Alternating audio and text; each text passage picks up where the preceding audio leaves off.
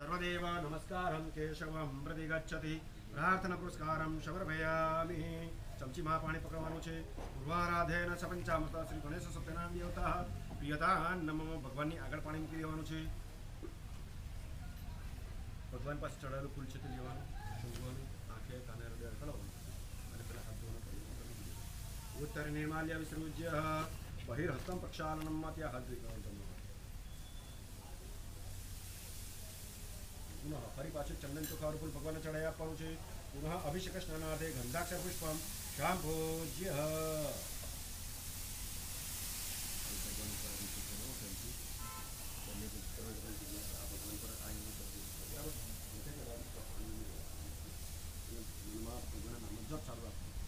बोलो गजानन गणपति महाराज की जय।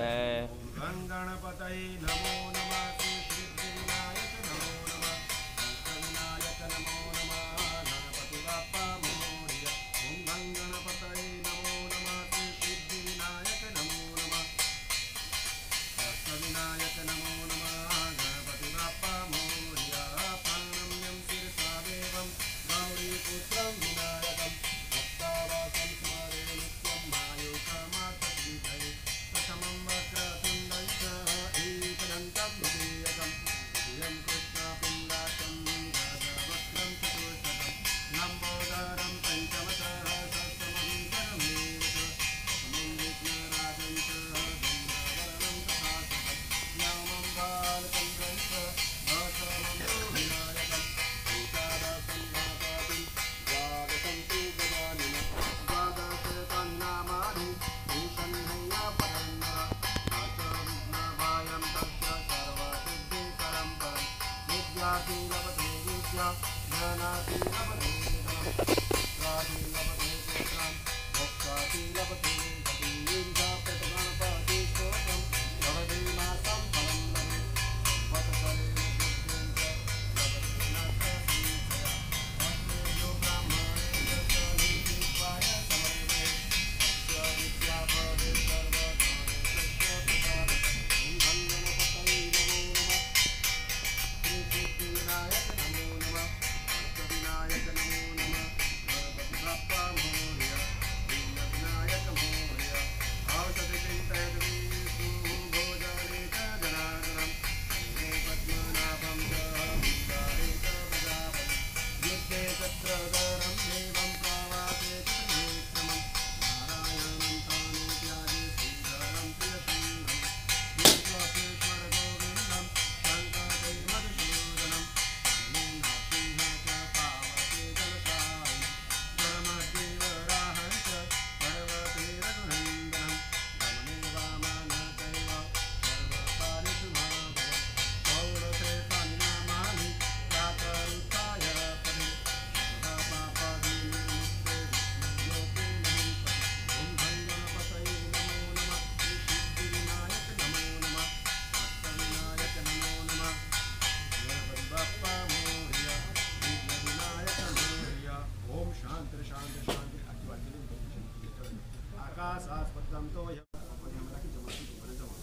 ओम प्राणाय नमः ह्रीं अपनाय नमः ह्रीं ज्ञानाय नमः ह्रीं उदनाय नमः ह्रीं शमनाय नमः ह्रीं परब्रह्मणे नमः गच्छन्ति पाणिमुक्ति आपવાનું છે મધ્ય યા ચંદ્રમ સમર્પયામિ પુનઃ પરિભર્ગમય આપવાનું છે ઓમ પ્રાણાય નમઃ ह्रीं अपनाय नमः ह्रीं ज्ञानाय नमः ह्रीं उदनाय नमः ह्रीं शमनाय नमः ह्रीं परब्रह्मणे नमः गच्छन्ति पाणिमुक्ति आपવાનું છે મધ્ય યા ચંદ્રમ સમર્પયામિ પુનઃ સમર્પયામિ પ્રક્ષાલમ સમર્પયામિ હસ્તપ્રક્ષાલમ સમર્પયામિ હાથ જોડી પગે લાગી આપવાનું છે ગરુડનાથે પ્રાર્થના પુષ્કારમ સમર્પયામિ। તમારે ચમચીમાં પાણી પકડવાનું છે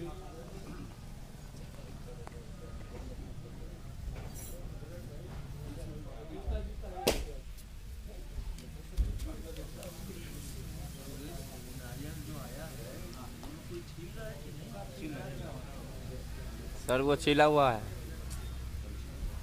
रक्ष रक्ष गणाध्यक्ष रक्ष त्रैलोक्य रक्षक भक्तानामभयं कर्ता दाता भव भवानवात् जय मातुर्कृपा सिन्धु शरणमातुर्गज प्रभु वरदत्तं वरं देहि वाञ्छितं वाञ्छितार्थं अनेन श्रीफल फलदोस्तु सदा भगवान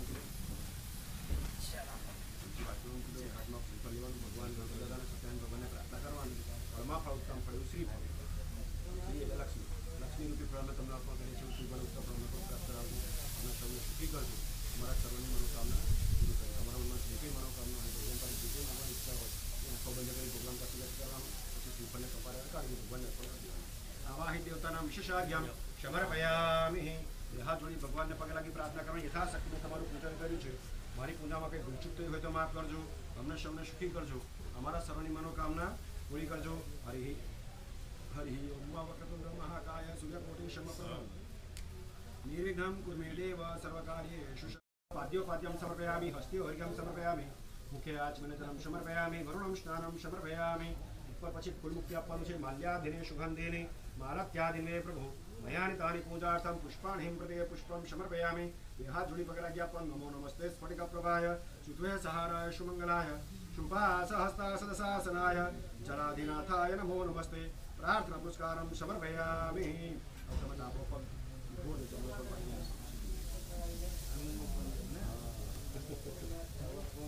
જમીન પર ને ડાબો પગ ખૂબ આ જે છે ને આ પગ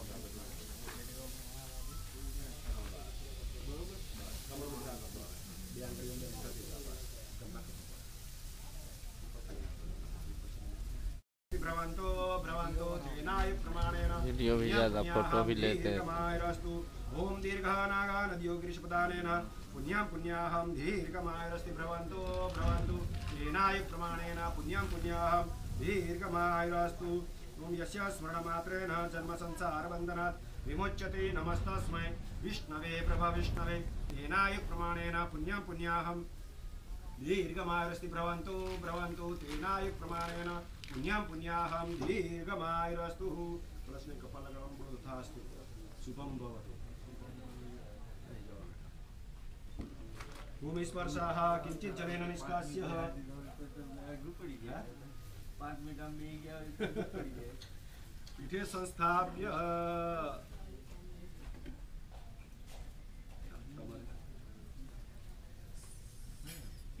7 चमची पाणी આમાં મૂકવાનું. 7 ચમચી બરાબર.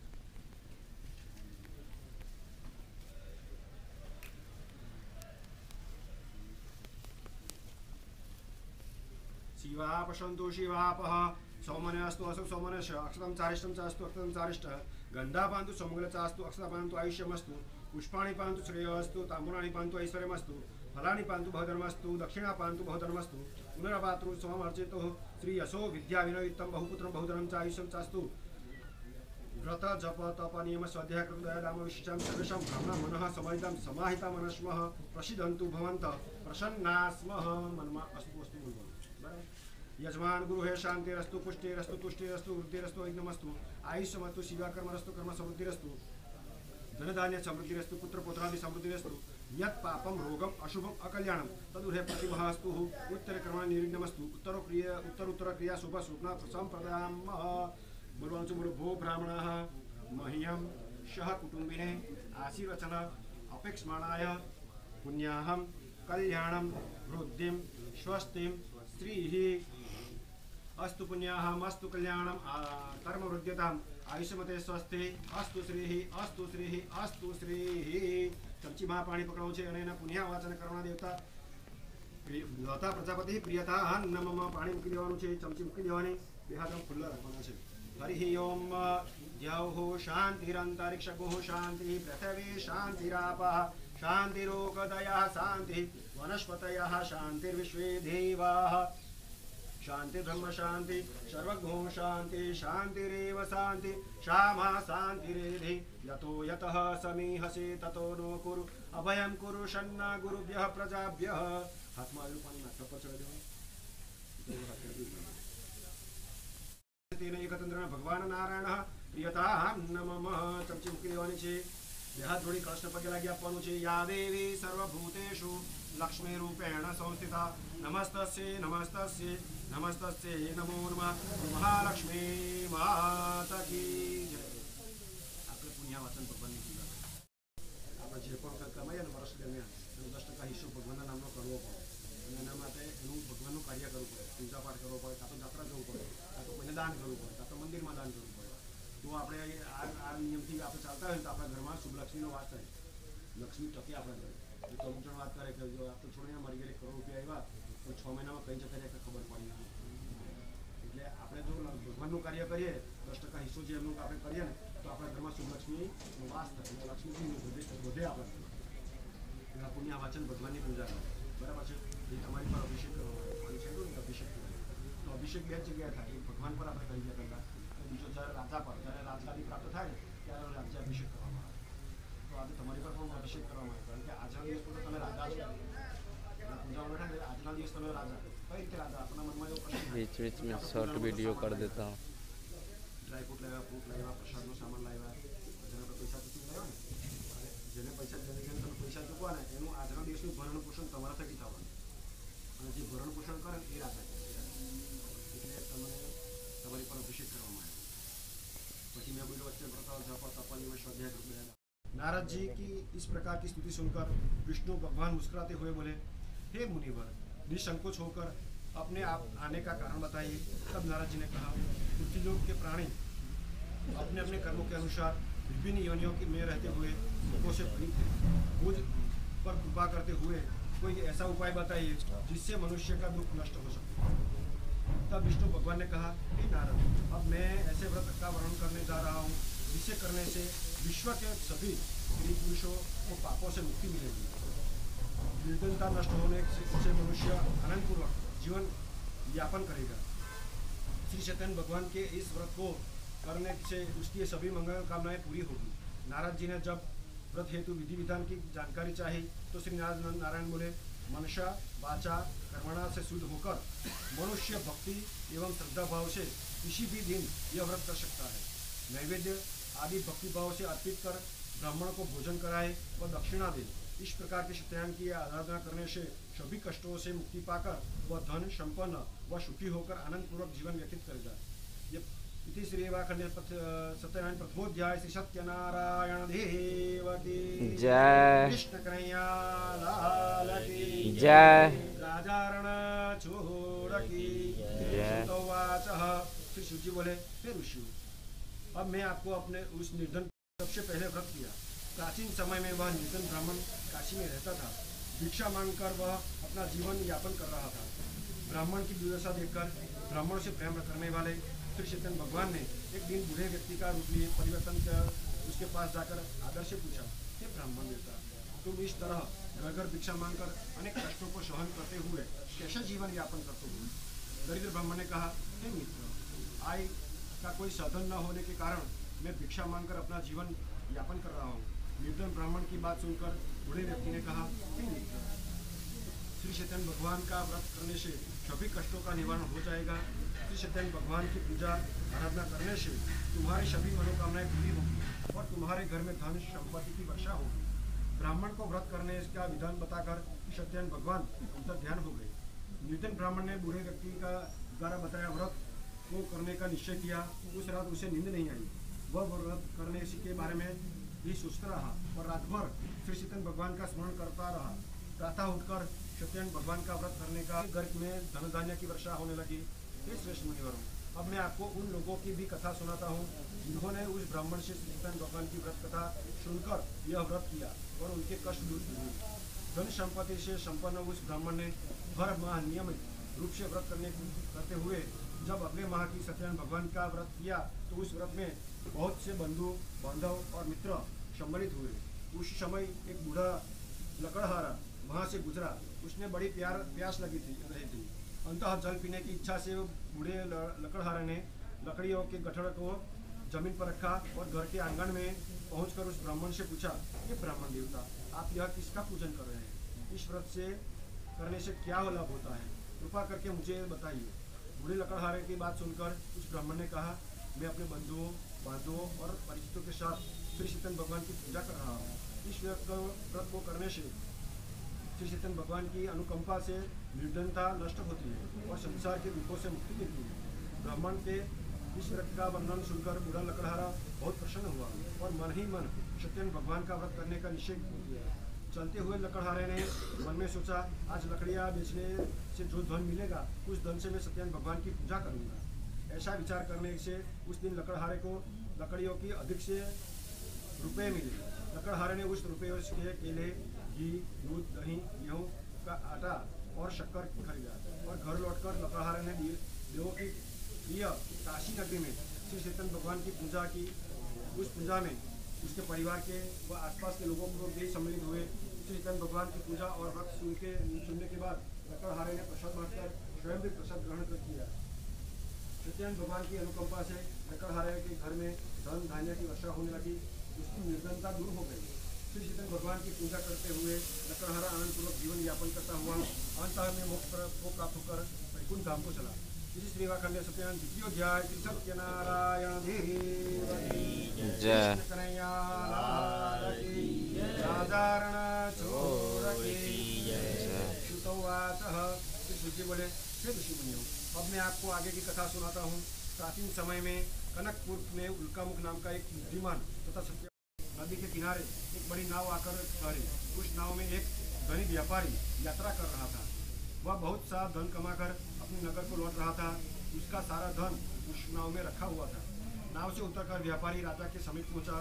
राजा को पूजा करते हुए उसने कहा, हे राजन, आप इन सब लोगों के साथ मिलकर किसकी पूजा कर रहे हैं? इस पूजा के करने से मनुष्य को क्या लाभ होता है?